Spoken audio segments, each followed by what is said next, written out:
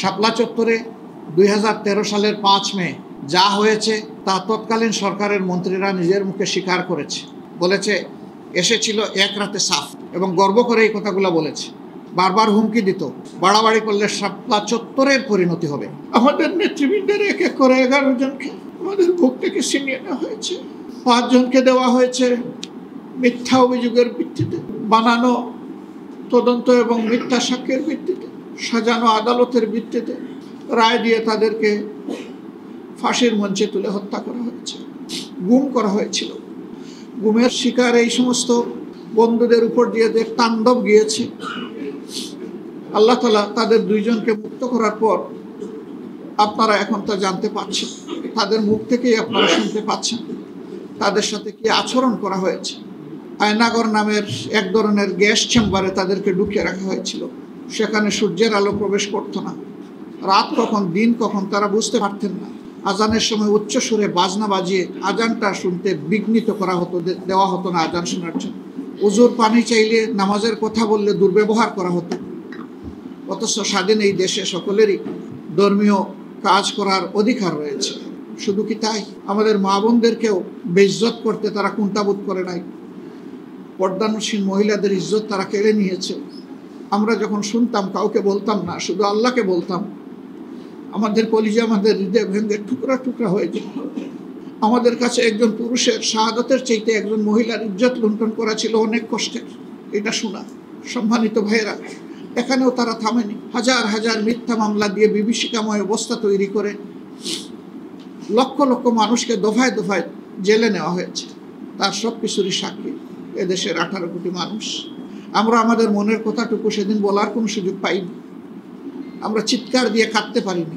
বাপ বেটা একই টেবিলে বসেছেন খাওয়ার জন্য, দুপুরের খাবার নেবেন, তুলে এনে বলা হয়েছে রাষ্ট্রের বিরুদ্ধে ষড়যন্ত্র করতে তারা বসেছিলেন গোপন বৈঠক। নিজের বাসায় নিজের ঘরে বাবা আর ছেলে টেবিলে বসে খাবার নিচ্ছেন, এইটাও অপরাধ। এরকম কত হাজার অপরাধ আমাদের সাথে করা হয়েছে, তার হয়তো টানা কয়েকদিন বলা যাবে, তারপরেও শেষ হবে না। আমি চুম্বকে কিছু বিষয় আপনাদের সামনে চেষ্টা করেছি মাত্র।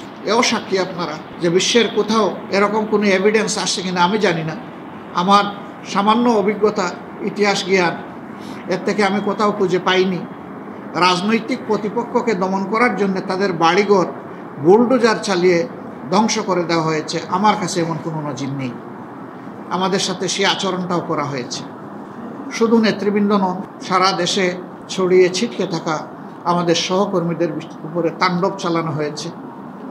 এখনও গুমের শিকার হয়ে অনেকেই আছেন যাদের খবর আমরা জানি না। 2 জনকে কেবল আমরা আমাদের বুকে ফিরে পেয়েছি, তাতে আমি আল্লাহর শুকরিয়া আদায় করছি। সারা বাংলাদেশে পুরুষ মহিলা শত শত খুন করা হয়েছে। আমাদের প্রত্যেকটা রাত, প্রত্যেকটা দিন উদ্বেগ উৎকণ্ঠার মধ্যে ছিল। আমরা আমাদের আপনজনদের মুখ দেখতে পারিনি। মাস চলে গেছে, বছর চলে গেছে, আমরা দেশে অবস্থান করি, কিন্তু আপনজনদের সাথে আমাদের মুলাকাতের পরিবেশ ছিল না। আমাদের অফিসগুলো সব জায়গায় বন্ধ করে রাখা হয়েছিল। হুমকি ধমকি, অফিসের লুণ্ঠন, প্রয়োজনীয় জিনিসপত্র সব তাই করে নেওয়া হয়েছে। কোনো জায়গায় আমাদেরকে সামান্য কোনো স্পেস দেওয়া হয়নি, যেন আমরা এই দেশে কোনো মানুষ তো নই, এদেশে জন্ম নেওয়া কোনো প্রাণীও বোধহয় আমরা নই। এরকম নিষ্ঠুর আচরণ আমাদের সাথে করা হয়েছে। তরচাঁদা যুবককে তার মায়ের বুক থেকে টেনে নিয়ে তাকে খুন করা হয়েছে।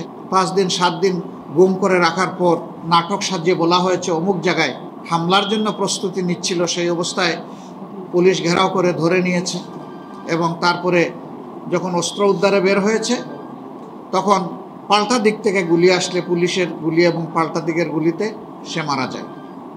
সবগুলা গুলির ঘটনা ছিল পিছন দিক থেকে খুন করা।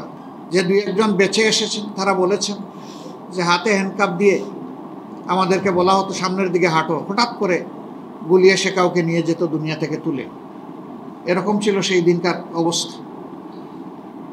আয়নাগরের কথা যখন প্রথমে আসলো অনেকে বিশ্বাস করেননি যে এইটা কি একটা সভ্য দেশে সম্ভব, কিন্তু এখন বাস্তবতা প্রমাণ করে চিৎকার দিয়ে বলছে হ্যাঁ, এই দেশে হিটলারের গ্যাস চেম্বার তৈরি করা হয়েছিল।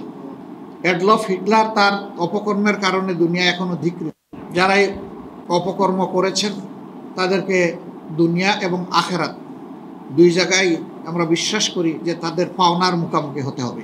শাপলা চত্বরে 2013 সালের 5 মে যা হয়েছে তা তৎকালীন সরকারের মন্ত্রীরা নিজের মুখে স্বীকার করেছে। বলেছে এসেছিল এক রাতে সাফ, এবং গর্ব করে এই কথাগুলো বলেছে। বারবার হুমকি দিত, বাড়াবাড়ি করলে শাপলা চত্বরের পরিণতি হবে।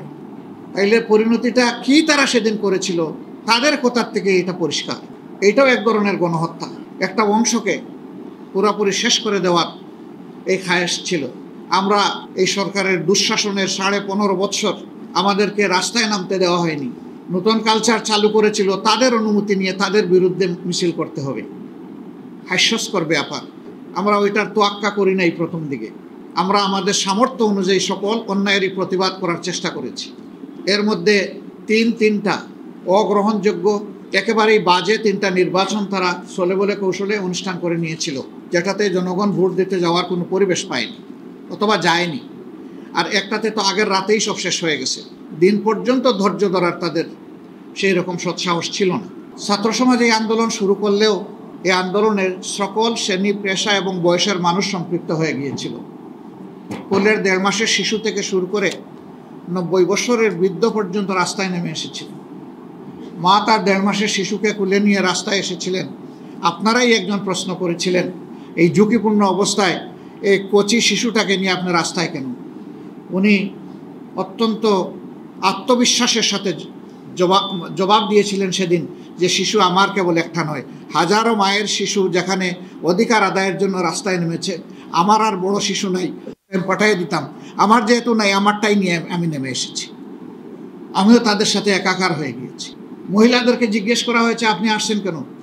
বলে আমার ছেলেমেয়েরা যেখানে বুক পেতে দিয়েছে সেখানে আমি ঘরে বসে থাকতে পারি না, আমিও বুক পেতে দিতে চাই। এখানে সকল শ্রেণী, পেশার, বয়সের মানুষ সবাই নেমেছিল। রাজনৈতিক দলগুলা তাদের অবস্থান থেকে এই আন্দোলনকে সর্বাত্মক সমর্থন এবং সহযোগিতা দিয়েছিল। কিন্তু এই আন্দোলনের অগ্রভাগে ছিল আমাদের ছাত্র, তরুণ এবং যুবক সমাজ। আমি আজকে তাদেরকে অভিনন্দন জানাচ্ছি।